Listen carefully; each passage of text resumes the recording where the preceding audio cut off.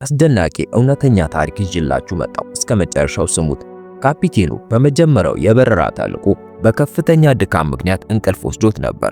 ከበስተጀርባ የነበሩት ባልደረቦቹ ይህን በጊዜ ተረድተው ቢቀሰቅሱትም የ2 ደቂቃ መዘናጋት ግን አውሮፕላኑን ከመጀመሪያው መስመሩ በእጅጉ እንዲወጣ አድርጎት ነበር። ከሁሉ የከፋው ደግሞ የአውሮፕላኑ ነዳጅ እያለቀ መሆኑን የመለኪያ መሳሪያዎቹ ማሳየታቸው ነው። ለአስቸኳይ ስሌት የሚረዳውን የካርታ ሰሌዳ አውጥቶ ሲመለከት ሙሉ በሙሉ በተቃራኒ አቅጣጫ ሲበር እንደነበረ ተረድቶ ደነገጠ። ወዲያውኑ አውሮፕላኑ ወደ ጦር ሰፈር አዞረ። ነገር ግን የቀረው ጥቂት ነዳጅ ወደ ነበሩበት ለመመለስ በቂ አልነበረው። ይህ ሁኔታ ለእርዳታ ቤዙን ለማነጋገር እንዲሞክሩ አደረጋቸው። ነገር ግን የሬዲዮ ባለሙያው ኦልድሪች ወደ መቆጣጠሪያ ማማው ሲደውል ባልተጠበቀ ሁኔታ በሬዲዮ የጃፓኖችን ድምጽ ሰማ። በመፍራት ወዲያው የመገናኛ መሳሪያውን አጠፋ። ይህ የሚያሳየው ሳያውቁት ወደ ጠላት ክልል መግባታቸውን ነበር። ካፒቴን ዲክሰን ወዲያውኑ በሚስጥራዊ ኮድ እንዲገናኙ አዘዛቸው። ነገር ግን ከቤዙ በጣም ርቀው ስለነበር ኔትወርኩ ደካማ ነው። በዚህም ምክንያት ግንኙነት ማድረግ አልቻሉ። የነዳጅ መለኪያው ታች መድረሱን ያየው ዲክሰን ቦምብ ጣዩ ቶኒ ሁሉንም ቦምቦች እንዲጥል ከማዘዝ ውጪ ሌላ አማራጭ አልነበረው። የአውሮፕላኑን አካል በማቅለል በማረፊያ ጊዜ የሚፈጠረውን ከፍተኛ ግፊት ለመቀነስም ነበር። ዲክሰን አስቸኳይ ማረፊያ እንደሚያደርጉ ሲናገር በረዳት አብራሪነት ቦታ የተቀመጡት ሁለቱ ባልደረባዎቹ ከመደንገጣቸው የተነሳ ተንቀጠቀጡ። ሁኔታውን ከተረዱ በኋላ የሚፈልጓቸውን ዕቃዎች ሁሉ በፍጥነት ሰበሰቡ። ዲክሰን ሙሉ ትኩረቱን በመሰብሰብ አውሮፕላኑን ማሳረፍ ጀመረ። እንደ ዕድል ሆኖ ዲክሰን ባለው ከፍተኛ ብቃት በባህሩ ላይ ማረፊያውን በስኬት አጠናቀቀ። ሆኖም ግን ታሪኩ በዚህ አላበቃም። የተጎዳው አውሮፕላን ብዙም ሳይቆይ መስጠሙ ስለማይቀር አሁን ቅድሚያ የሚሰጠው ተግባር የህይወት አድን ጀልባውን በፍጥነት መክፈትና ጠቃሚ ቁሳቁሶችን ወደሱ ማዛወር ነበር። ነገር ግን በዚህ ወሳኝ ጊዜ የጀልባው መፍቻ ገመድ ተቋጥሮ አልፈታ አለ። በዚሁ ጊዜ የቶኒና የአልድሪች የመቀመጫ ቀበቶች ባልታወቀ ምክንያት አልሰራሉ። ምንም ያህል ቢሞክሩ ሊፈቱት አልቻሉ። አውሮፕላኑ ወደ ባህሩ ግርጌ ሲሰጥም አብሮ ለመስጠም ተገደዱ። እንደ ዕድል ሆኖ በዚህ አስጨናቂ ጊዜ በውሃው ግፊትና በጉልበት በመታገዝ የደህንነት መቆለፊያዎቹን ከፍተው ወደ ላይ በፍጥነት ዋሉ። ነገር ግን በዚህ ጊዜ ዲክሰን የህይወት አድን ጀልባውን ገና ከፍቶ አልጨረሰም ነበር። በመጨረሻም በሶስቱ ጥረት የህይወት አድን ጀልባው በተሳካ ሁኔታ ተከፈተ። ይሁን እንጂ ጀልባው ወደ ውሃው የገባበት አቅጣጫ የተገላቢጦሽ ነበር። ስለዚህ አሁን አንድ ሰው ወደ ውሃ ውስጥ ገብቶ ሊገለብጠው ይገባል። ነገር ግን ወደ ውሃ ውስጥ ለመጥለቅ የህይወት አድን ጃኬቱን ማውለቅ የግድ ይላል። ሶስቱም የባህር ኃይል አባላት ቢሆኑ አብዛኛውን ጊዜያቸውን በሰማይ ላይ ተልዕኮቹን በማከናወን የሚያሳልፉ በመሆናቸው የመዋኘት ችሎታቸው ያን ያህል የተሻለ አልነበረም። ማንን ወደ ውሃ ውስጥ እንደሚልኩ እያመነቱ ባሉበት ጊዜ ቶኒ ሌላ ዘዴ አሰበ። እሱም ሶስቱም የህይወት አድን ጀልባውን አንዱን ጎን በኃይል ወደ ታች በመጫን ሌላኛው ክፍል ወደ ላይ እንዲጋደል ማድረግ ነበር። በመጨረሻም በጋራ ጥረታቸው ጀልባውን በተሳካ ሁኔታ መገልበጥ ቻሉ። ምንም እንኳን በዚህ ጊዜ ህይወታቸውን ለማዳን ቢታደሉም አሁን ግን በዚህ ሰፊ ውቅያኖስ ውስጥ ተከበው ቀርተዋል። የጦር ሰፈሩ የነፍስ አድን ቡድን ካላከላቸው ፈጥኖም ይሁን ዘግይቶ በውሃ ጥማት ወይም በራብ ለሞት መዳረጋቸው አይቀሬ ነበር። የአየሩ ሙቀት ቀስ በቀስ እየጨመረ ሲመጣ ሰውነታቸው ትንሽ ፋታ እንዳገኘ ተሰማቸው። በመቀጠልም ዲክሰን ያሉትን ቁሳቁሶች በሙሉ እንዲቆጠሩ አዘዘ። ነገር ግን አልድሪችና ቶኒ እጅግ አስፈላጊ የሆነውን ውሃና ካርታ አለማምጣታቸውን ሲረዳ ወዲያውኑ በከፍተኛ ቁጣ ተሞላ። ምክንያቱም ያለ ካርታ አቅጣጫን ማወቅ አይችሉም፣ ያለ ውሃ ደግሞ በህይወት መቆየት አይችሉም። አውሮፕላኑን ለማሳረፍ በሚዘጋጅበት ጊዜ እንዲዘጋጁ በቂ ጊዜ ሰጥቷቸው ነበር። አሁን ግን እንዲህ ያሉ ጠቃሚ ነገሮች እንደጠፉ ነገሩ። ሆኖም ዲክሰን ይህንን ቢሰማም ከዚያ በላይ ሊወቅሳቸው አልቻለም። ከዚያም ያላቸውን ዕቃዎች አወጡ። አንድ ጩቤ፣ አንድ ፒንሳ፣ አንድ ትንሽ የማጣበቂያ ኪዩብና አንድ ሽጉጥ እና ሁለት ተጨማሪ የህይወት አድን ጃኬቶች። ሁኔታው ያን ያህል መጥፎ አልነበረም። ቢያንስ ሽጉጡና ጩቤው ለአደን ሊያገለግሏቸው ይችላሉ። የጀልባውን ክብደት ለመቀነስ ሲል ዲክሰን ሁለቱም ከባድ ጫማዎቻቸውን እንዲያወልቁ አዘዘ። ምንም እንኳን ባይፈልጉትም ያን $10,000 የሚያወጣ ውድ የቆዳ ጫማ ወደ ባህሩ ለመጣል ተገደዱ። ነገር ግን የሚገርመው ዲክሰን የራሱን ጫማ አልጣለም። የሱ ምክንያት ደግሞ ደሴት ካገኘን አንድ ሰው ጫማ አድርጎ ወደ የብስ ወጥቶ ቦታውን መፈተሽ ያለበት የሚል ነበር።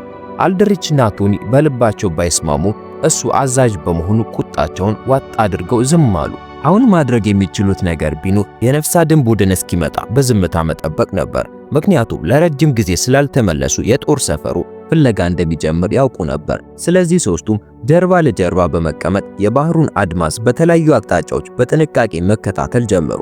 ምንም ቢፈጠር ይህችን ብቸኛ የነፍስ አድን ዕድል ሊያመልጧቸው አይገባም ነበር። እንደ ዕድል ሆኖ አየሩ ጥሩ ነበር። አልድሪች በአድማሱ ላይ አንዲት የምትንቀሳቀስ ነገር የታየችው መሰለው። ዲክሰን መጀመሪያ ላይ የባህር ወፍ መስለው ነበር፣ ነገር ግን ወፎች አብዛኛውን ጊዜ ክንፋቸውን ያርገበግባሉ።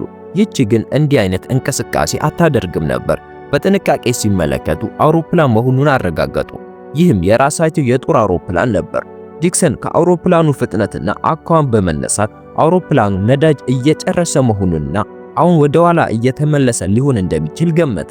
ብርቱካናማ የህይወት አድን ጃኬቶቻቸውን አንስተው በተስፋ መቁረጥ ማውለብለብ ጀመሩ።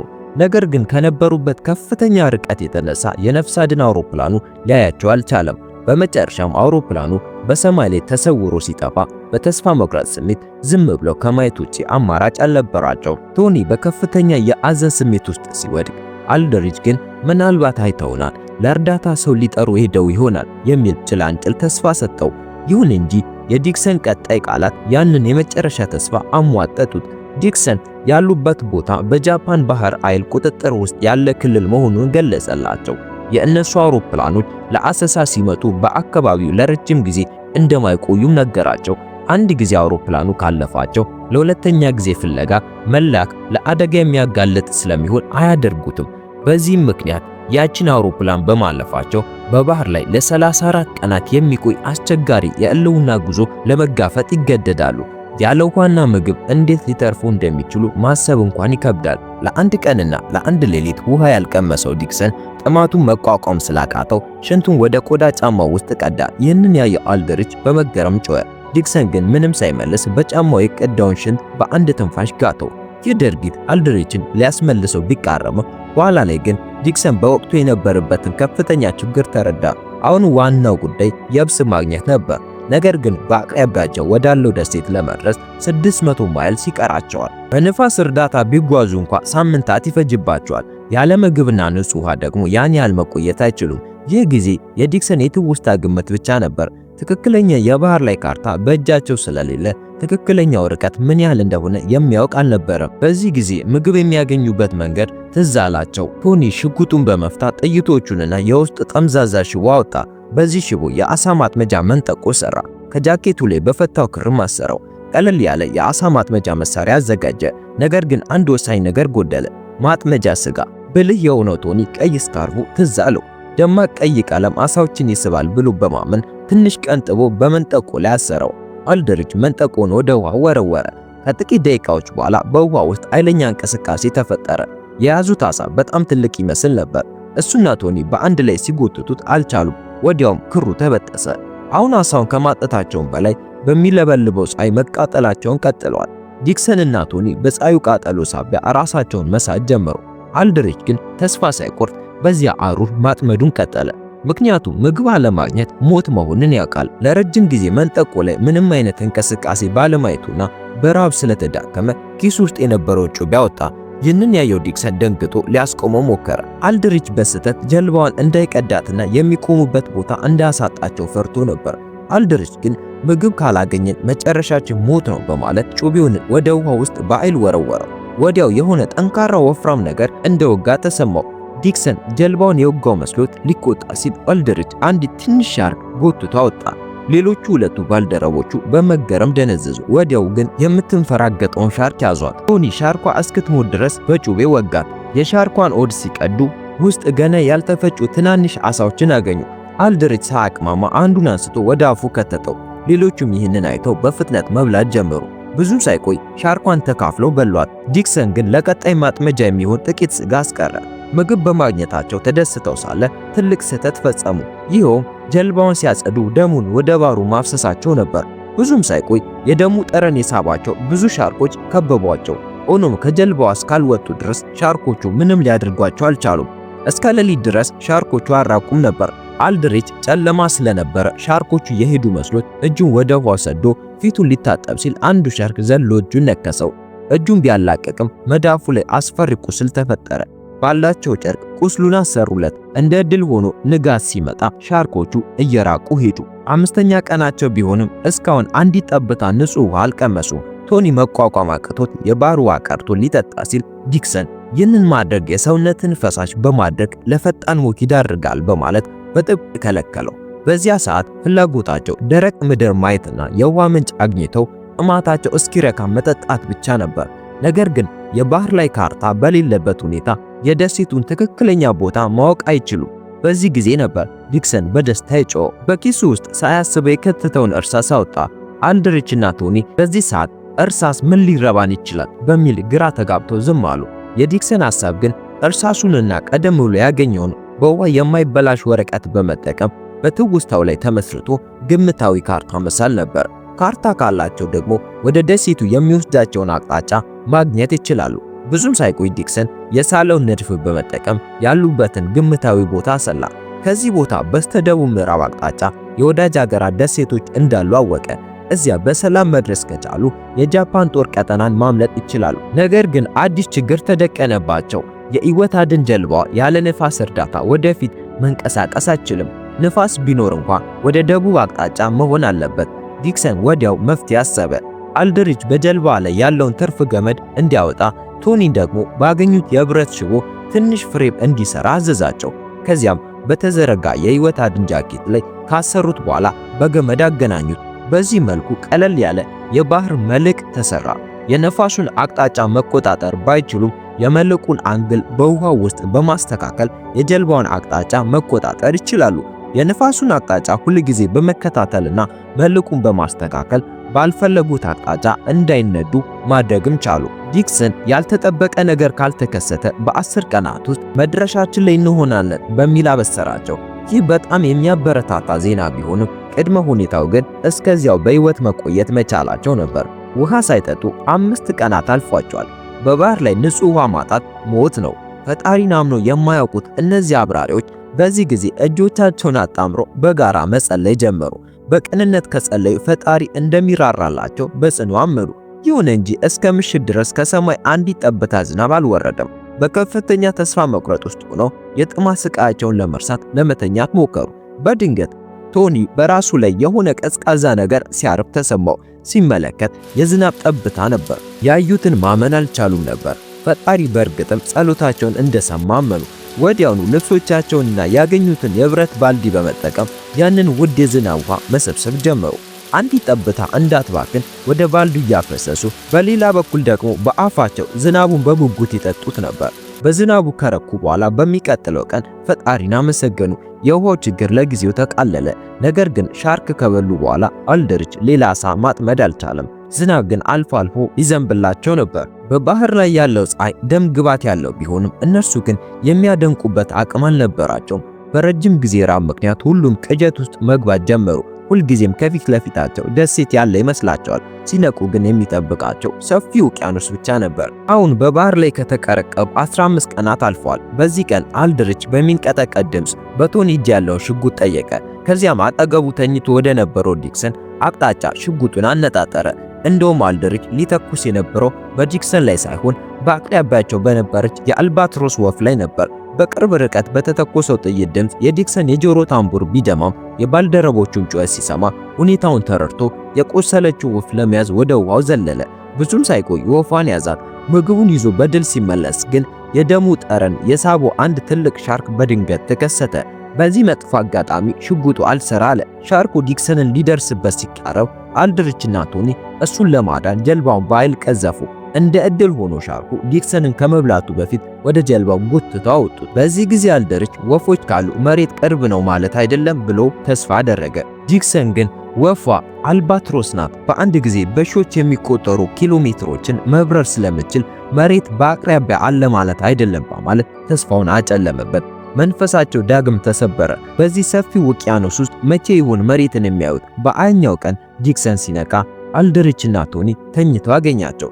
የባህሩን ወለል የሚከታተል ሰው ባለመኖሩ በቁጣ ፊሽካ ነፋ።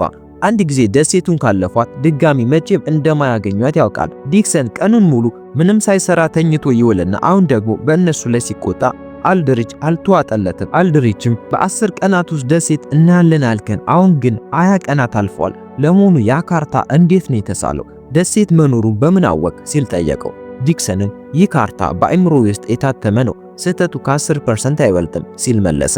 አልድሪች ግን ለዚህ ስሌት መጀመሪያ የተነሱበትን ነጥብ ማወቅ አስፈላጊ እንደሆነ ያውቅ ነበር። አውሮፕላኑ ከመስመሩ ወጥቶ ስለነበር አውሮፕላኑ ያረፈበትን ትክክለኛ ቦታ አያውቁም ነበር። ይህ ማለት ሁሉም ነገር በዲክሰን ትውስታ ላይ ብቻ የተመሰረተ ነው። አልድሪችና ቶኒ በልባቸው ቢከፉም የሆነው አልፏልና አሁን ጊዜው አንዳቸው ሌላውን የሚወቅሱበት ሳይሆን በህይወት ለመቆየት ከጊዜ ጋር የሚቀዳደሙበት መሆኑን ተረዱ። አካላቸውም ከዚህ በላይ ሊቋቋም አይችልም ነበር። አልድሪች በእጅ የተሳለውን ካርታ ለዲክሰን መልሶ በመስጠት አብረው ወደ ቤታቸው ለመመለስ ተስማሙ። ነገር ግን አሁን ነፋስ ስለሌለ ጀልባዋ በውሃ ሞገድ ብቻ ትንሳፈፋለች። በዚህ ጊዜ ዲክሰን ያስቀራቸው የቆዳ ጫማዎች ትዝ አሉት። የጫማውን የላይኛው ክፍል በጩቤ በጥንቃቄ በመቁረጥ ጠንካራውን የጫማ ሶል ብቻ አስቀረው። በዚህ ጥንድ ቀለል ያሉ የመቅዘፊያ መሳሪያዎችን ሰራ። ሆኖም የውቅያኖሱን አካል አሳንሰው አይተውት ነበር። ለ10 ሙሉ ቀናት ኃይላቸውን ተጠቅመው ቢቀዝፉም የአንዲት ደሴት ጥላ እንኳን ሊታያቸው አልቻለም። ቆዳቸው በፀሐይ ተልጧል። ሰውነታቸው በሙሉ በቁስል ተወሯል። ከንፈራቸው በውሃ ጥማት ምክንያት ተሰነጣጥቋል። አሁን ብቸኛው የመንፈስ ጥንካሬያቸው በትውልድ ቀያቸው በሰላም እስኪመጡ የሚጠብቋቸው ሚስቶቻቸው ነበሩ። ከጥቂት ጊዜ በኋላ እንደገና ዝናብ መዝነብ ጀመረ። እንደ ቀድሞ ንጹህ ውሃ መሰብሰብ ጀመሩ። ነገር ግን ዝናቡ በድንገት ቆመ። ከጥቂት ደቂቃዎች በኋላ ግን ደመናው ሰማዩን ደፈነው። መብረቅና ነጎድጓድም ተከተለ። የአሁኑ ዝናብ የተለየ ነበር። የፓሲፊክ ውቅያኖስ አውሎ ነፋስ እየመጣ ነበር። ግዙፍ ማዕበሎች ጀልባውን አጥለቀለቋል። በመጨረሻም ጀልባውን ዘቅዝቆ ወደ ቅዝቃዜው ባህር ውስጥ ከተታቸው።